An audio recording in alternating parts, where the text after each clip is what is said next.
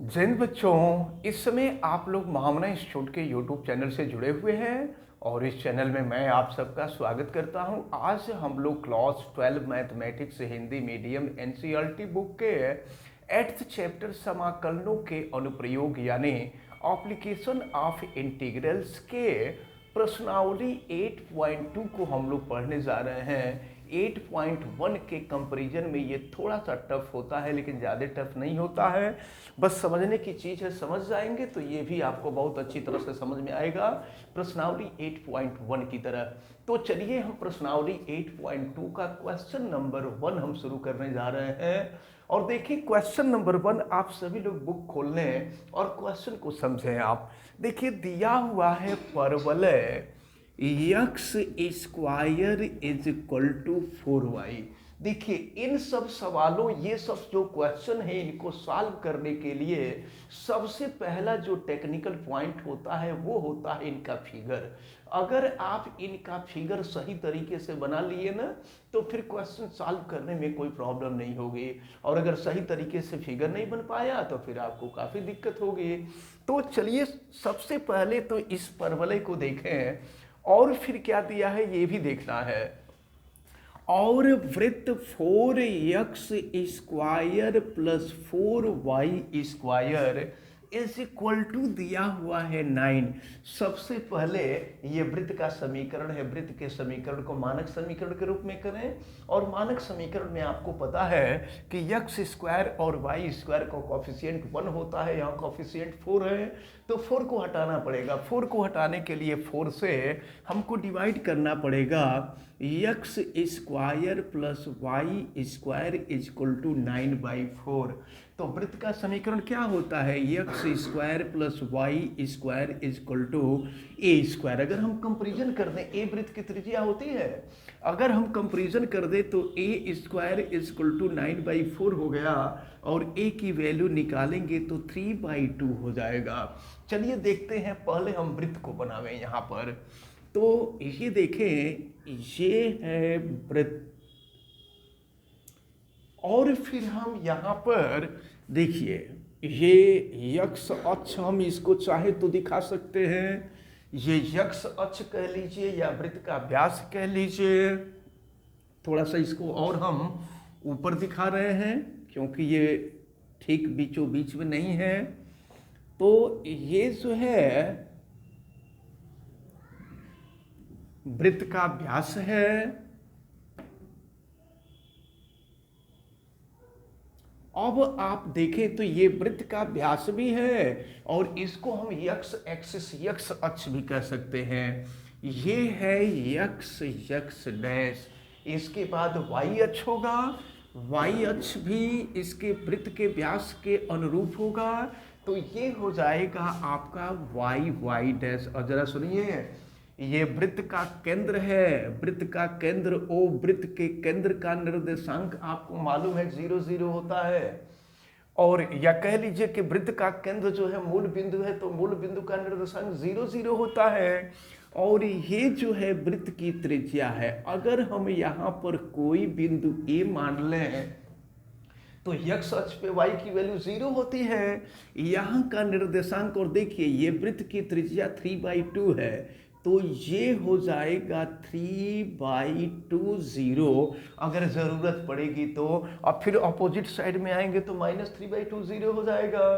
फिर यहाँ का निर्देशांक लिखेंगे तो 0 3/2 हो जाएगा। यहाँ का निर्देशांक लिखेंगे 0 -3/2 हो जाएगा। तो ये अभी तो हम वृत्त बनाए हैं। अब इसके बाद देखिए क्या है, ये परवलय दिया है y square is x square is equal to 4y। तो y का पावर 1 है, इसका मतलब ये हुआ कि ये जो परवलय है ये परवलय y एक्सिस पे बना है, y अक्ष पे बना हुआ है। तो चलिए परवलय y अक्ष पर बना हुआ है, तो ये परवलय हो जाएगा ऐसे।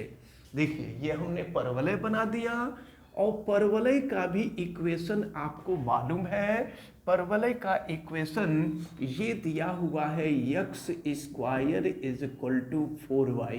अब पूरा क्वेश्चन पढ़ते हैं, अभी हमने पूरा क्वेश्चन नहीं पढ़ा, हम परवलय का समीकरण देखें और वृत्त का समीकरण देखें और आकृति बना लिए। अब देखिए क्या कहा जा रहा है, इनके मध्यवर्ती क्षेत्र का क्षेत्रफल, इनके मध्यवर्ती यानी दोनों के बीच में जो भाग है उसका क्षेत्रफल ज्ञात कीजिए। तो दोनों के बीच का जो भाग आप देख रहे हैं, दोनों के बीच का जो भाग है वो यही है और इसी का हम लोगों से क्षेत्रफल पूछा जा रहा है। इसका क्षेत्रफल कैसे, इसका क्षेत्रफल कितना होगा? तो जरा देखिए, ये पूरा क्षेत्रफल जो है ये परवलय और वृत्त दोनों के बीच में है। तो एक काम करते हैं, जरा ध्यान पूर्वक देखें। अब अगर यहाँ से हम इसको मिला दें और इसका हम नाम रख देते हैं P, इसका नाम रख देते हैं Q, तो एक बात आप ध्यान से देखें, यहाँ से ऊपर वाला जो पार्ट है ये वृत्त के द्वारा घिरा हुआ है और यहाँ नीचे वाला जो पार्ट है ये परवलय के द्वारा घिरा हुआ है। तो इतनी ये ऊपर वाली एरिया हम निकालेंगे वृत्त के समीकरण से और ये नीचे वाली एरिया हम निकालेंगे परवलय के समीकरण से। एक बात और आप ध्यान में रखे रहिए कि ये परवलय, ये वृत्त है और ये परवलय है, ये इसका केंद्र है।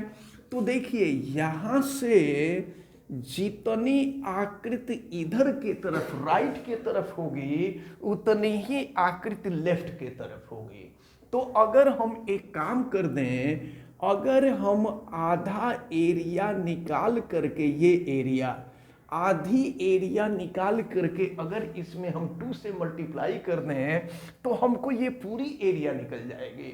तो चलिए हम जो है ये आधी एरिया हम निकाल रहे हैं, आधी एरिया माने ये एरिया निकाल रहे, इसका कुछ नाम भी रख देते हैं, ये इसका नाम हम R रख देते हैं और इस पॉइंट का नाम हम यस रख देते हैं। अब देखिए, तो हम ये ऊपर वाली एरिया निकाल लें, नीचे वाली एरिया निकाल लें, दोनों को जोड़ दें और जोड़ करके 2 से गुणा कर दें तो हमको ये पूरी एरिया निकल जाएगी। तो अब जरा ध्यान पूर्वक देखना है हम लोगों को। पहले तो एक चीज हम देखें, यहाँ R का निर्देशांक क्या होगा ये भी हम लोगों को देखना है। तो देखिए, ये अगर वृत्त की त्रिज्या है तो ये भी वृत्त की त्रिज्या है और ये y अक्ष है, y अक्ष पर x का मान 0 होता है। तो ये हो जाएगा 0 और 3/2। बिंदु R का निर्देशांक 0, 3/2। जरूरत पड़ेगी तो नीचे वाले बिंदु का निर्देशांक भी हम लिख देंगे 0 - 3/2। लेकिन फिगर हम लोगों का ऊपर बना है तो नीचे की जरूरत नहीं पड़ेगी, जिसकी जरूरत पड़ेगी उसको हम लिख लेते हैं। अब जरा ध्यान पूर्वक देखें, अब ये जो प्रतिच्छेद बिंदु है Q का प्रतिच्छेद बिंदु का हम निर्देशांक निकाले। देखिए, यहां से इधर के तरफ x का मान पॉजिटिव होगा और यहां से इधर के तरफ x का मान नेगेटिव होगा। तो जो नेगेटिव आएगा वो p का निर्देशांक होगा, जो पॉजिटिव आएगा वो q का निर्देशांक होगा। तो अब हम लोग करेंगे क्या कि इसका प्रतिच्छेद बिंदु ज्ञात करेंगे, यानी परवलय और वृत्त के प्रतिच्छेद बिंदु का निर्देशांक ज्ञात करेंगे। इसके लिए जानते हैं क्या करेंगे, x स्क्वायर की वैल्यू हम रख देते हैं इस समीकरण में। समीकरण 1 से परवलय x स्क्वायर = 4y वृत्त में हम रख देते हैं। तो ये देखिए 4 और इंटू x के जगह पे 4y, x स्क्वायर के जगह पे 4y और प्लस ये हो गया 4y स्क्वायर - 9 = 0 हो जाएगा। जिसको थोड़ा सही तरीके से लिख लेते हैं, ये हो गया 4y स्क्वायर और प्लस हो गया 16y - 9 = 0। अब हम जो है इसका फैक्टर करते हैं, 9 और 4 और 9 का गुणा करें तो 36 हो जाएगा और 36 का ऐसा खंडन करें कि अंतर करने पर ये जो है 16 आ जाए। तो अगर हम 18 दूना करें, 18 दूना 36 हो जाता है, और 18 में से 2 घटा देंगे तो 16 हो जाएगा। चलिए देखते हैं, तो 4y² प्लस हो जाएगा 18y और माइनस हो जाएगा 2y माइनस 9 इजिकल टू 0 हो जाएगा। चलिए यहाँ से अब हम कॉमन ले लेते हैं 2y, तो कॉमन ले लेंगे तो ये हो जाएगा 2y प्लस हो जाएगा 9, और फिर यहाँ से अगर हम -1 कॉमन ले लेते हैं तो ये हो जाएगा 2y प्लस 9 इजकल टू 0। अब देखिए कि दोनों में कॉमन क्या मिल रहा है, तो 2y प्लस 9 मिल रहा है और 2y माइनस 1 इजकल टू 0 मिल रहा है। बारी बारी से दोनों को 0 के इक्वल करें, तो 2y प्लस 9 इजकल टू 0 करेंगे तो y की वैल्यू -9/2 आ जाएगी, और ये 2y माइनस 1 इजकल टू 0 करेंगे तो 2y इजकल टू 1, यानी y की वैल्यू मिल गई 1/2। तो देखिए ऊपर के तरफ y का मान पॉजिटिव होगा, ये याद रखे रहिएगा।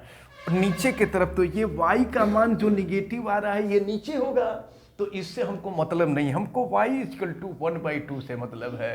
अब y इजकल टू 1/2 रख करके x की वैल्यू निकाल लीजिए। चलिए हम इसी में रख देते हैं y के जगह पे 1/2, तो x² इज इक्वल टू 4 और y के जगह पे हम रख देते हैं 1/2, ये कैंसिल हो जाएगा, x² इजक्वल टू 2 हो गया, यानी x इज इक्वल टू हो गया √2।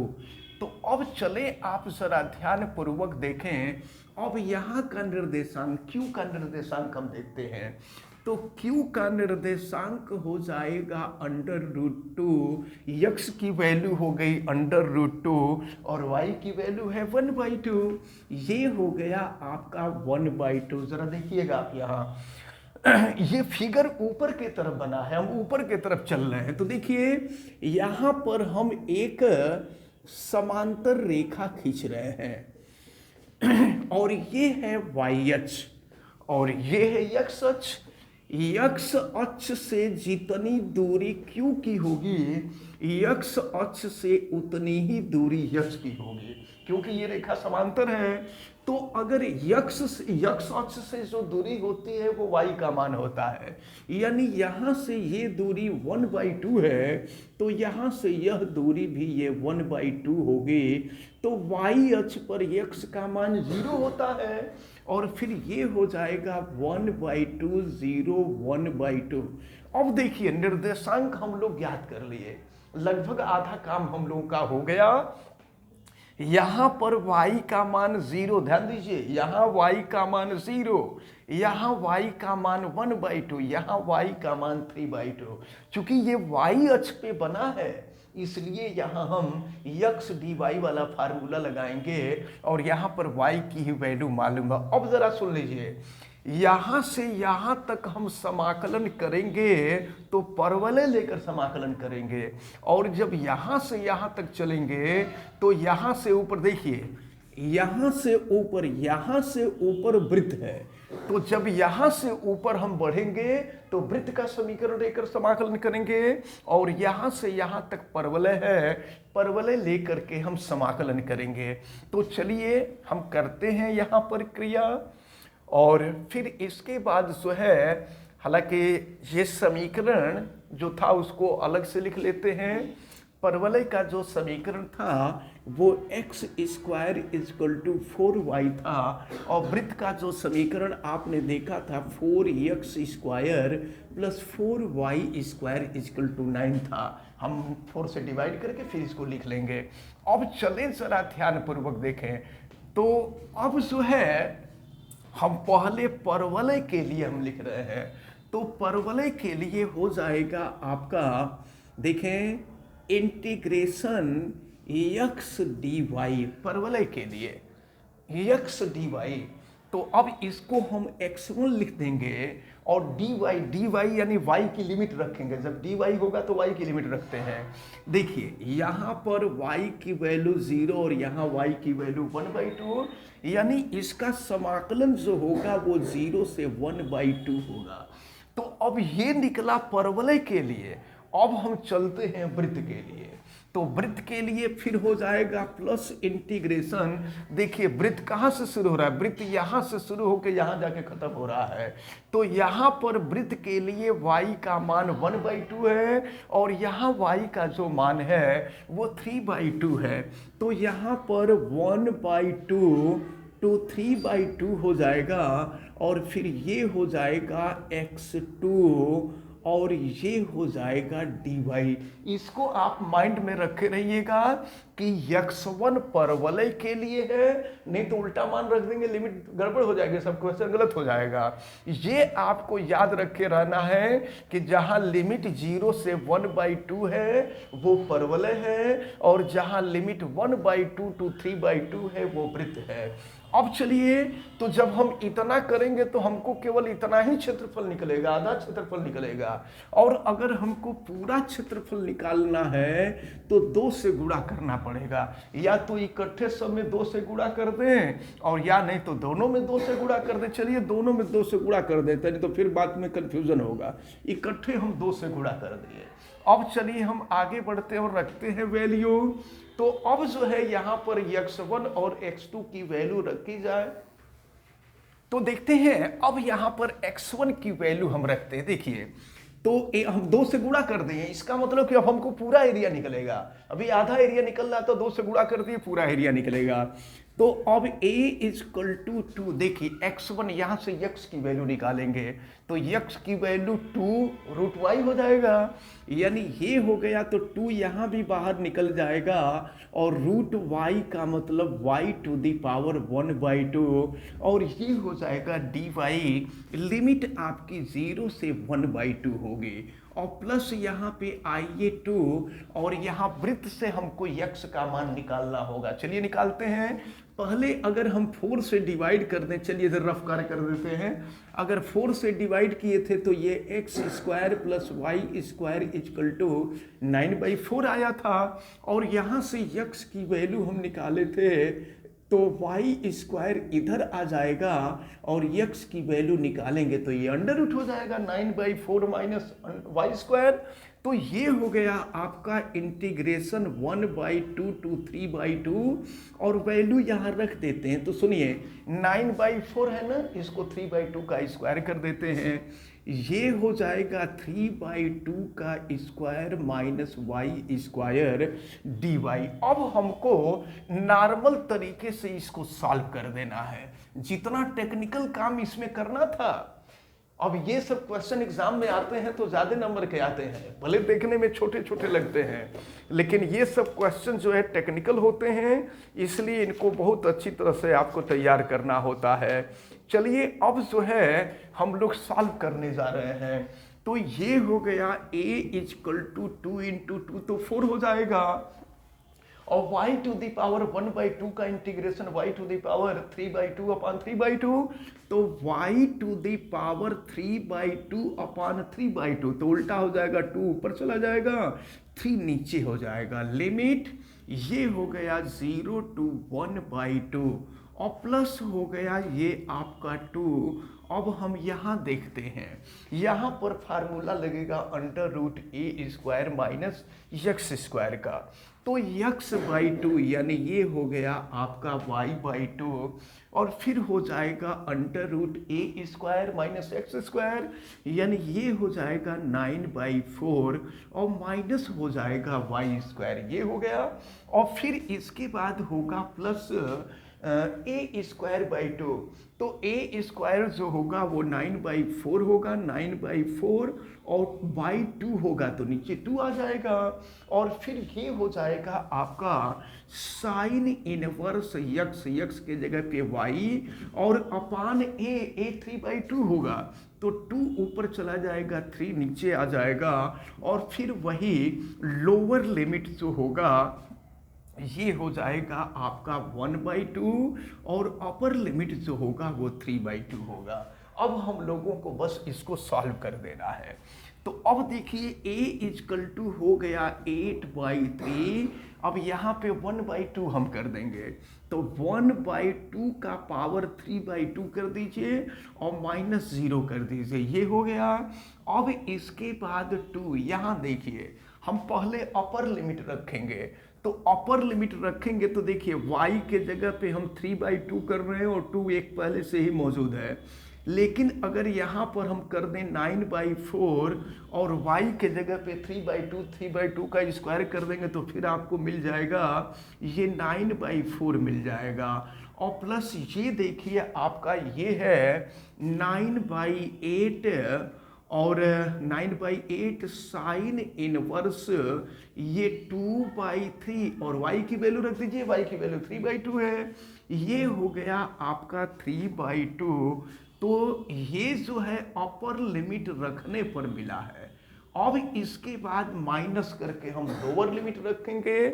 चलिए लोअर लिमिट रख रहे हैं तो लोअर लिमिट 1/2 है, y के जगह पे 1/2 तो 1/2 और एक 2 पहले से ही प्रेजेंट है यहाँ पर। और फिर ये हो जाएगा आपका अंडर रूट 9/4 और माइनस हो जाएगा y स्क्वायर, y की जगह पे 1/2 तो 1/2 का स्क्वायर कर देंगे तो हो जाएगा ये आपका 1/4 और प्लस ये हो गया आपका 9/8 और ये हो जाएगा साइन इनवर्स 2/3 पहले से मौजूद है। और फिर इसको सॉल्व करेंगे तो 1/2 हो जाएगा। ये हो गया आपका 1/2। अब हम लोगों को इसे सॉल्व कर लेना है और सॉल्व करके देखना है इसकी वैल्यू क्या आएगी। ये देखिए a इज इक्वल टू 8/3, जरा यहाँ आ जाइए। 1 का पावर 3/2 करेंगे तो 1 ही होगा। अब 2 का पावर 3/2 तो 2 का पावर 3/2 का मतलब 2 का क्यूब और उसका स्क्वायर रूट। तो 2 का क्यूब करेंगे 8 और 8 का स्क्वायर रूट करेंगे तो 2√2 हो जाएगा। तो ये हो गया आपका 2√2, यानी ये पहला वाला पार्ट आपका सॉल्व होता है। अब इसके बाद हम आते हैं 2 और यहाँ देखिए ये तो 0 हो जाएगा तो ये पूरी वैल्यू जो है ये 0 हो जाएगी। तो फिर अब हम आते हैं सीधे 9/8 से, 3 से 3 कटा, 2 से 2 कटा, ये हो गया आपका साइन इनवर्स 1 हो जाएगा। तो साइन इनवर्स 1 जो है π/2 की वैल्यू होती है तो ये हो जाएगा आपका साइन π/2 और फिर माइनस यहाँ ये देखिए अभी ये अंदर वाला ये 2 का मल्टीप्लिकेशन सब में है, ये आपको केयर करना होगा। थोड़ी सी गड़बड़ी करेंगे तो क्वेश्चन गलत हो जाएगा। अब इसके बाद जो है हम यहाँ आते हैं, ये हो गया आपका 1/4 और अंडर रूट आ जाइए। ये देखिए 9 - 1 8/4 हो जाएगा और 8/4 जो होगा ये 2 हो जाएगा, √2 हो गया और प्लस हो गया आपका 9/8 और 2 से 2 कैंसिल हो जाएगा और ये हो जाएगा आपका साइन इनवर्स 1/3। चूंकि 1/3 कोई वैल्यू होती नहीं है। अब देखिए इस माइनस का हम अंदर मल्टीप्लिकेशन कर लेते हैं, ये माइनस हो जाएगा और फिर ये माइनस हो जाएगा। अब हम लोग इसको सॉल्व करेंगे और सॉल्व करके देखते हैं कि इसकी वैल्यू क्या आती है। इस छोटे वाले ब्रैकेट को हम यहाँ से हटा दिए तो अब मिलेगा आपको, यहाँ देखें हम 2 का भी अंदर मल्टीप्लिकेशन कर देंगे तो ये हो गया a इज इक्वल टू, देखिए 2 से इसको कटा देंगे तो ये 4 हो जाएगा। तो ये हो गया आपका 4/3√2 और फिर हम आगे बढ़ते हैं 2 से इसमें मल्टीप्लाई कर देंगे तो ये हो जाएगा आपका 9/4 और इनटू साइन इनवर्स से साइन कैंसिल, ये हो गया आपका π/2। फिर देखिए 2 का अंदर यहाँ मल्टीप्लिकेशन करेंगे तो माइनस हो जाएगा 1/2√2। फिर 2 का यहाँ मल्टीप्लिकेशन करेंगे तो माइनस हो जाएगा 9/4 और फिर ये हो जाएगा आपका साइन इनवर्स 1/3। अब हम लोग इसको और सॉल्व कर लेते हैं। अब देखते हैं हम जो है, अच्छा एक काम और करते हैं, ये 4 है ना तो 4 को हम लिख सकते हैं 2 × 2 और एक जो 2 है उसको हम √2 × √2 कर देते हैं तो एक √2 से दूसरा √2 कैंसिल हो जाएगा। देखिए अब क्या मिलेगा, यहाँ a इजकल टू यहाँ पर मिलेगा 2√2/3 और यहाँ पर अगर हम देखते हैं तो ये हो जाएगा आपका 9π/8 और माइनस ये हो गया √2/2 और फिर ये -9/4 और ये हो गया साइन इनवर्स 1/3। अब एक स्टेप और हम कर देते हैं, चलिए इस साइड में कर देते हैं, यहाँ लिख देते हैं, जगह कम है। तो अब देखें आप इसका पहले हम इसको सॉल्व करते, देखिए 2√2/3 और इसको हम कर देते हैं -√2/2, -√2/2 इसको सॉल्व कर लीजिए, एलसीएम हो जाएगा 6, तो ये हो जाएगा 3 2 6, 2 2 4, 4/√2 हो जाएगा, 2 से डिवाइड करेंगे 2 3 6 हो जाएगा, 2 3 6 और फिर 3 का इसमें हम मल्टीप्लाई कर देंगे तो ये हो जाएगा आपका 3√2, तो क्या होगा 4√2 - 3√2, ये हो जाएगा √2/6 हो जाएगा। तो चलिए एक स्टेप और हम इधर कर लेते हैं, तो यहाँ पर हम कर रहे हैं, या चलिए यहाँ कर दे रहे हैं, तो ये हो जाएगा आपका √2/6 और प्लस हो जाएगा ये आपका 9π/8 और माइनस हो जाएगा 9/4 और ये हो जाएगा आपका साइन इनवर्स 1/3। अगर आप चाहें तो कास इनवर्स के रूप में कन्वर्ट कर दीजिए, और या नहीं तो यहाँ से 9/4 आप कॉमन भी ले सकते हैं, 9/4 कॉमन ले लेंगे तो दूसरे के फॉर्म में आ जाएगा। चलिए हम थोड़ा सा एक स्टेप, हालांकि ये क्वेश्चन आपका सॉल्व हो चुका है, आप यहाँ भी छोड़ सकते हैं, लेकिन अब जो है थोड़ा सा अगर हम आगे देखें इसको, तो यहाँ हम लिखते हैं, देखिए यहाँ लिख रहे हैं √2/6 और इसमें से हम जो है 9/4 कॉमन ले लेते हैं दोनों में से। तो अगर हम 9/4 कॉमन ले लें तो देखिए क्या मिलेगा, यहाँ से 9/4 कॉमन ले लेंगे तो π/2 मिलेगा, यहाँ पर ये हो गया आपका π/2 और माइनस हो जाएगा आपका साइन इनवर्स 1/3। 9/2 हम ले चुके हैं, 9/4 ले चुके हैं, तो ये हो जाएगा। और आपको मालूम है ये फार्मूला जो प्रतिलोम त्रिकोणमितीय फलन में आप पढ़े हैं कि sine inverse x plus cos inverse x is equal to π/2 होता है। अगर कास के रूप में कन्वर्ट करना चाहें तो देखिए, तो यक्स के जगह पे अगर हम 1/3 कर दें, जहाँ जहाँ यक्स है वहाँ वहाँ 1/3 कर दें, तो ये हो जाएगा आपका 1/3। और अगर हम इसको दूसरे तरफ लेकर के चले जाएं तो ये हो जाएगा कास इनवर्स 1/3 इजकल टू π/2 और माइनस हो जाएगा साइन इनवर्स 1/3, यानी π/2 माइनस साइन इनवर्स 1/3 के जगह पे हम कास इनवर्स 1/3 रख सकते हैं। तो ये हम लिख दिए √2/6 और प्लस हो गया 9/4 और इसके जगह पे हम लिख देते हैं कास इनवर्स 1/3। तो अगर आप यहाँ छोड़ दिए हैं तो भी आपका क्वेश्चन सॉल्व हो गया है, और यहाँ छोड़ेंगे ले जा करके तो भी आपका क्वेश्चन अब ये है कि यह साइन इनवर्स के रूप में है और ये जो आंसर आपका आ रहा है कास इनवर्स के रूप में आ रहा है। देखिए एक चीज हम आपको बता दें, यहाँ पर हमने जो 1 के जगह पर यहाँ पर हमने रख दिया था, देखिए ये साइन इनवर्स 1 है ना, तो साइन इनवर्स 1 के जगह पे हमने π/2 कर दिया है। तो अगर आप π/2 न करके देखिए यहाँ पर 9/8 और अगर इसको साइन इनवर्स 1 रहने देते हैं और फिर यहाँ पर -9/8 साइन इनवर्स 1/3, तो अब अगर यहाँ से 9/8 कॉमन ले लेंगे तो फार्मूला तो ये आ जाएगा साइन इनवर्स 1 और प्लस साइन इनवर्स 1/3 और फिर इसको sine inverse x plus sine inverse y वाले फार्मूले पर सॉल्व कर देंगे तो ये आपका आंसर आ जाएगा। लेकिन ये क्वेश्चन सॉल्व हो चुका है आपका। आप जो है आप यहाँ छोड़ दीजिए तो भी सही है, यहाँ छोड़ दीजिए तो भी सही है आपका।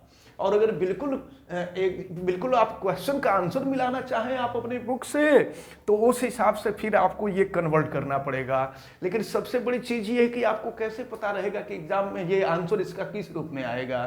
तो आप किसी रूप में लिख सकते हैं, वो क्वेश्चन आपका सही होगा, आंसर आपका सही है। आप यहाँ छोड़ दीजिए या यहाँ छोड़ दीजिए। तो ये जो क्वेश्चन नंबर 1 है, ये क्वेश्चन नंबर 1 आपका सॉल्व हो चुका है। और थोड़ा सा टेक्निकल क्वेश्चन है सब ये, जितने इसमें भले कम एक्सरसाइज में कम क्वेश्चन दिए गए हैं सीआरटी की बुक में, लेकिन सब टेक्निकल क्वेश्चन है। इन क्वेश्चंस को आपको बहुत अच्छी तरह से तैयार करना होगा। और हमें उम्मीद है कि ये क्वेश्चन आपको तैयार हुआ भी होगा, समझ में भी आया होगा। आप वीडियो को लाइक जरूर कीजिएगा, और अगर आप चैनल पे नए हैं तो चैनल को सब्सक्राइब भी कर लीजिए, बेल आइकन को भी प्रेस करें, और वीडियो को मैक्सिमम स्टूडेंट तक शेयर करें। अगर किसी प्रकार की कोई दिक्कत समझ में आती है तो आप हमें कमेंट करके जरूर बतावें। आप सभी लोगों का बहुत बहुत धन्यवाद। जय हिंद।